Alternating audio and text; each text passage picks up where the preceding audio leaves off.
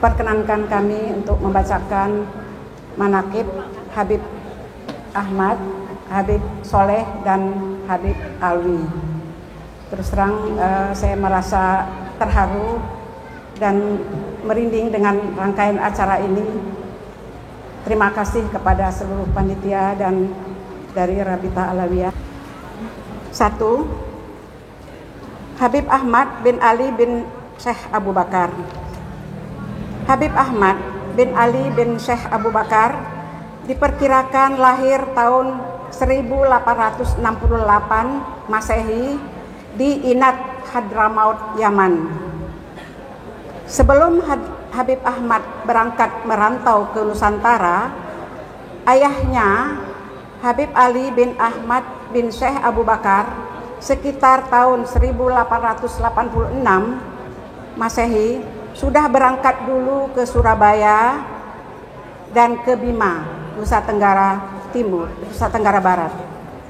Namun sekitar 5 tahun di Nusantara, Habib Ali bin Syekh Abu Bakar wafat.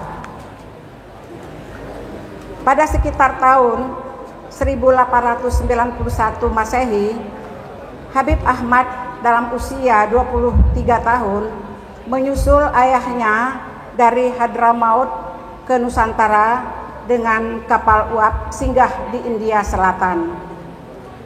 Sekitar 4 sampai 6 bulan perjalanan ke Surabaya untuk syiar Islam dan berniaga di kota-kota Jawa Timur dan NTB. Pada tahun 1895, Habib Ahmad pulang ke Hadramaut untuk menjemput adiknya Habib Soleh bin Ali bin Syekh Abu Bakar yang mau ikut kakaknya merantau. Tahun 1897, Habib Ahmad bersama Habib Soleh mulai perjalanan dakwah dan pengembangan perniagaannya ke Palembang dengan bolak-balik ke Jawa. Pada tahun 1316 Hijriah atau tahun 1898 Masehi, Habib Ahmad masih sering berkiriman surat dengan pamannya Muhammad bin Abdullah di Inat dan Mustah, Yaman. Pada tahun 1898, Habib Ahmad bin Ali menikah dengan Syarifah Hamidah di Palembang, tapi tidak mempunyai keturunan.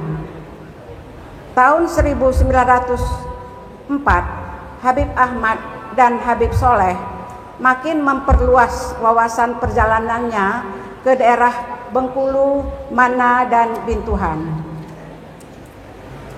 Pada tahun 1905, Habib Ahmad menikah dengan gadis Pasar Lama, Aliyah binti Baharudin, dan mempunyai 6 orang anak. Namun 5 orang meninggal masih anak-anak. Hanya seorang anak perempuan yang hidup sampai tua, yakni Syarifah Maryam. Setelah 14 tahun perkawinannya di Bintuhan, istrinya Aliyah meninggal. Lalu Habib Ahmad dijodohkan dengan keponakan Aliyah bernama Kiamah binti Abdussalam. Mereka mempunyai 11 orang anak, tetapi hanya 7 orang yang hidup sampai tua dan 1 meninggal remaja, yaitu Habib Abdullah, meninggal pada usia 10 tahun. Yang hidup sampai tua adalah Syarifah Halimah, Habib Alwi, Syarifah Soleha, Habib Husin, Syarifah Hamidah, Habib Mahdi, dan Syarifah Tolha, satu-satunya yang masih hidup dan berusia 81 tahun yang hadir pada hari ini.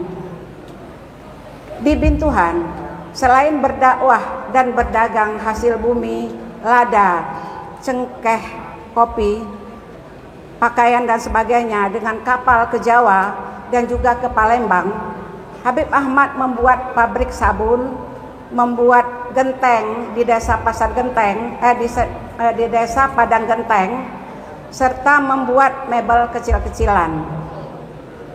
Pada tahun 1930, Habib Ahmad mendirikan sekolah MAS atau MAS, Muawanatul Khair Arabia School, di Desa Kepala Pasar, yaitu lokasi Masjid Sabinul Huda sekarang, yaitu di rumah pinjaman dari Datuk Yasid, Datuk dari Arifin bin Nurdin. Sekolah emas ini sebagai cabang dari sekolah emas Utsman dan Ibrahim Hussein di Bengkulu yang mengajarkan syariat, Al-Quran dan bahasa Arab. Lokasi sekolah emas di Kepala Pasar kemudian pindah ke Simpang Pasar Lama, tanah wakaf dari Haji Rozak, ayah dari Haji Nurdin. Beliau ini adalah sepupunya dari nek kami Kiamah. Habib Ahmad pernah mengirim murid-murid sekolah emas untuk sekolah ke Mekah selama belasan tahun. Antara lain Haji Alwi Syukur dari Air Dingin, Haji Nurdin Kampung dari Gedung Sake, dan Haji Idris dari Muara Saung. Di antara murid yang dikirim belajar ke Arab, Haji Alwi Syukur selesai duluan dan kembali ke Bintuhan mengajar sekolah emas di Simpang Pasar Lama. Ketika Jepang masuk pada tahun 1942, sekolah emas Bintuhan mulai lumpuh, terkungkung oleh penjajahan Jepang dan kemudian ditutup. Setahun kemudian, pada tahun 1943, Habib Ahmad wafat pada usia 75 tahun dan dimakamkan di desa Jembatan 2, Bintuhan. Dalam kehidupannya selama 39 tahun di Bintuhan, yaitu dari 1904 sampai 1943, Habib Ahmad atau yang biasa dipanggil Tuan Said akrab berinteraksi dengan penduduk dan memiliki jaringan relasi di Pulau Jawa dan Palembang. Beliau membawa dan mengenalkan Nahdlatul Ulama atau NU kepada masyarakat Bintuhan dan sekitarnya. Beliau membaur dengan masyarakat setempat, berbicara dengan bahasa Kaur, berdakwah ke pelosok-pelosok Sambat, antara lain Sambat, Nasal, Muara Saung dan sebagainya. Tuan Said Ahmad ini bersama teman-temannya Haji Ma'ruf atau Khotib Ma'ruf, Datuk dari Sirat, Haji Muhammad Ali, Datuk dari Syahril, dan Haji Alwi Syukur, Datuk dari Herlian, membangun dan mengelola Masjid Jami' Asy-Syakirin di Kampung Masjid. Kampung Masjid ini asal namanya adalah Kampung Cina, karena banyaknya warga Cina yang tinggal di sana berdagang. Kemudian hampir semua warga Cina di sana masuk Islam atau mu'alaf, maka Kampung Cina diganti namanya menjadi Kampung Masjid. Oleh karena ketakutan dengan penjajahan Jepang dan sulitnya kehidupan setelah merdeka disebabkan transportasi putus, maka Bunda Kiamah dan anak-anaknya pindah ke Palembang dengan berjalan kaki 7 hari 7 malam melewati Krui Lampung. Habib Alwi bin Ahmad tidak ikut pindah ke Palembang karena meneruskan usaha ayahnya di Bintuhan dan berjodoh dengan gadis Bintuhan. Lanjutkan. Yang kedua, Habib Soleh bin Ali bin Syekh Abu Bakar. Habib Soleh diperkirakan lahir pada tahun 1886 Masehi. Pada tahun 1896 Masehi dijemput kakaknya Habib Ahmad yang sudah duluan tinggal di Surabaya dari Hadramaut ke Nusantara. Ketika itu usia Habib Soleh sekitar 8 atau 9 tahun. Lalu mereka bersama-sama berdakwah dan berdagang di sekitar Jawa dan Sumatera. Ketika berada di Surabaya, Habib Soleh menikah dengan Syarifah Nur di Surabaya dan mempunyai 2 orang anak bernama Habib Abdullah dan Syarifah Hadijah. Ketika Habib Ahmad dan Habib Soleh berada di Bengkulu dan Bintuhan, Habib Soleh menikah dengan gadis Mana dan mempunyai 2 orang anak bernama Habib Husin dan Syarifah Alia. Kemudian ibunya meninggal. Di Bintuhan, Habib Soleh menikah dengan gadis pepahan kandang bernama Tema. Tema melahirkan anak bernama Said Muhammad bin Soleh di rumah Habib Ahmad di Kampung Masjid pada tahun 1329 Hijriah atau tahun 1911 Masehi. Malang tak dapat ditolak. Anak tersebut meninggal di usia sekitar 1 tahun, dimakamkan di Dusun Kandang. Selanjutnya, Habib Soleh menikah dengan gadis Bengkulu bernama Aminah dan mempunyai seorang anak perempuan bernama Syarifah Fatimah yang sekarang masih hidup berusia 91 tahun, tinggal di Kampung Bali, Bengkulu. Habib Soleh semasa hidupnya selain berdagang dan berdakwah, menekuni dan membantu masyarakat melalui pengobatan alternatif bagi yang membutuhkan.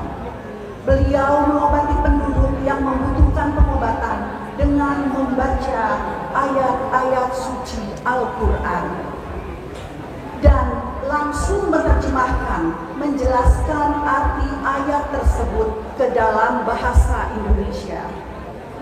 Habib Soleh wafat di Bengkulu pada tahun 1955 dalam usia sekitar 68 tahun dan dimakamkan di Masjid Baitul Huda Bengkulu. Habib Alwi bin Ahmad bin Syekh Abu Bakar. Ayahanda kami, Habib Alwi, lahir pada tanggal 25 Oktober 1925 di Bintuhan. Habib Alwi berumur 5 tahun masuk ke sekolah Mas bentukan ayahnya di Bintuhan dari tahun 1930 sampai 1933. Kemudian pada usia 8 tahun diantar ayahnya ke Palembang mengikuti pendidikan Fairmont School 5 tahun, Lembo kelas 1 tahun, Handelshall 3 tahun, sambil ikut kursus-kursus steno, bahasa Inggris dan Jepang. Sampai pada tahun 1942. Tahun 1942, beliau pulang ke Bintuhan karena ayahnya sakit. Beberapa saat kemudian, ayahnya meninggal. Pada tahun 1942 sampai dengan 1950 di Bintuhan, Habib Alwi meneruskan perusahaan sabun ayahnya dan berdagang lokal. Pada tahun 1943, Habib Alwi menikah dengan ibunda kami, Hajah Saidah binti Haji Muhammad Said, dan dikaruniai 8 orang anak, yaitu Said Effendi almarhum, Said Fauzi almarhum, kakak kami tercinta yang ada di sebelah saya, Syarifah Komariah yang saat ini tinggal di Jakarta,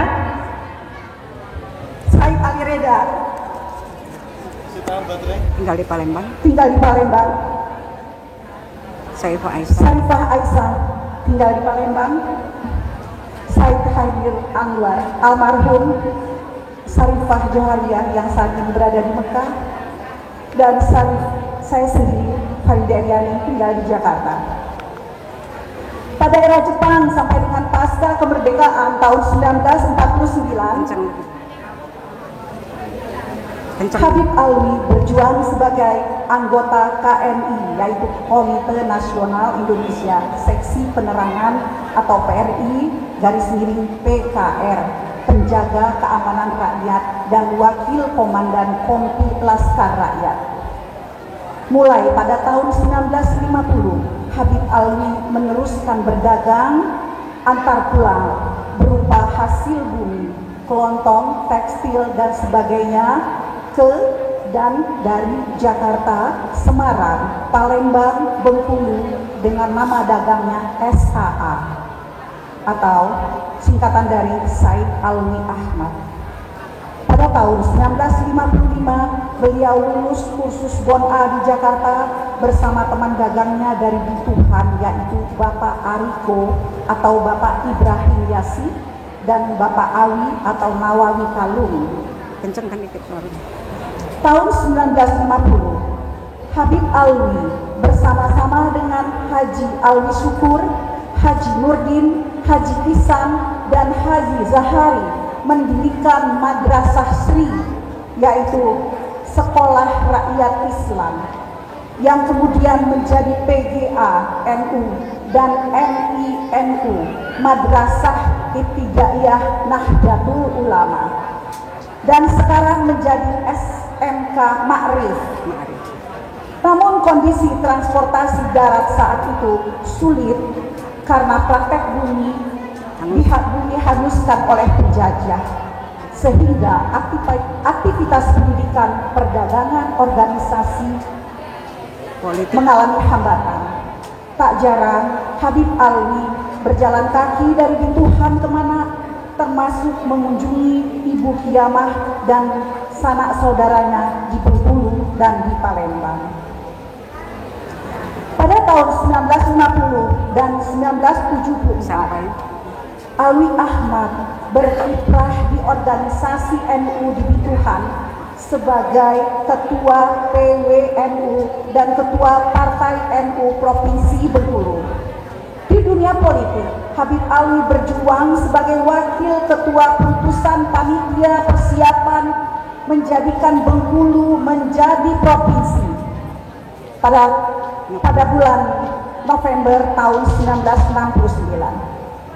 Selanjutnya, beliau berjuang merintis Cikal Bakal Kaur menjadi kabupaten. Karena mobilitas makin tinggi serta kebutuhan anak-anak menyambung sekolah dan perguruan tinggi, maka pada bulan Agustus tahun 1967, ibunda kami Zaidah dan semua kami pindah ke Palembang.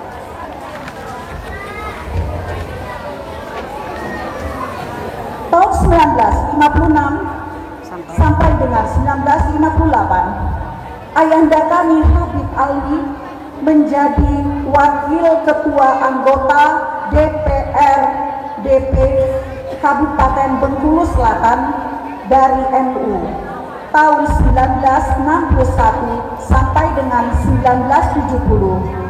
Ayahanda Habib Alwi menjadi anggota DPR GR Kabupaten Bengkulu Selatan. Pada tahun 1990 menjadi anggota PPD dan DPRD tingkat 1 Bengkulu. Kemudian pada tahun 1970 sampai 1971 menjadi anggota DPR GR nomor 99 dan anggota MPRS nomor 306A dari fraksi NU. Selama perjuangan dalam organisasi NU dan politik, ayahanda Habib Alwi tidak hanya mengorbankan tenaga, pikiran, dan waktunya, tapi juga harta bendanya dari hasil perniagaan. Satu persatu aset yang ada di Bituhan mulai dijual. Kebun kelapa yang sangat luas, yang sekarang ini berlokasi di Pasar Impres, kebun kopi, cengkeh yang luas di Bakal, sawah di pedesaan Kebuayan, Jembatan 2. Terakhir, rumah warisan orang tua di kampung Masjid Bituhan. Mulai pada tahun 1974, Habib Alwi kembali dengan aktivitas bisnis, yaitu membuat pabrik tehel atau teraso di Palembang dan bersama saudara-saudaranya membuka usaha ekspedisi PGT Mas di Palembang, Lampung, dan Jakarta. Pada tahun 1990, ayahanda kami tercinta Habib Alwi bin Ahmad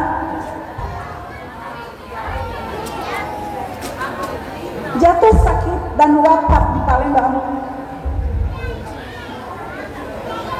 pada usia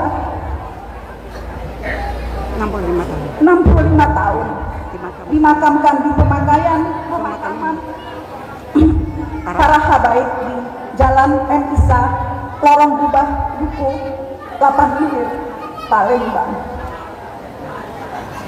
Itulah yang dapat kami sampaikan. Assalamualaikum warahmatullahi wabarakatuh.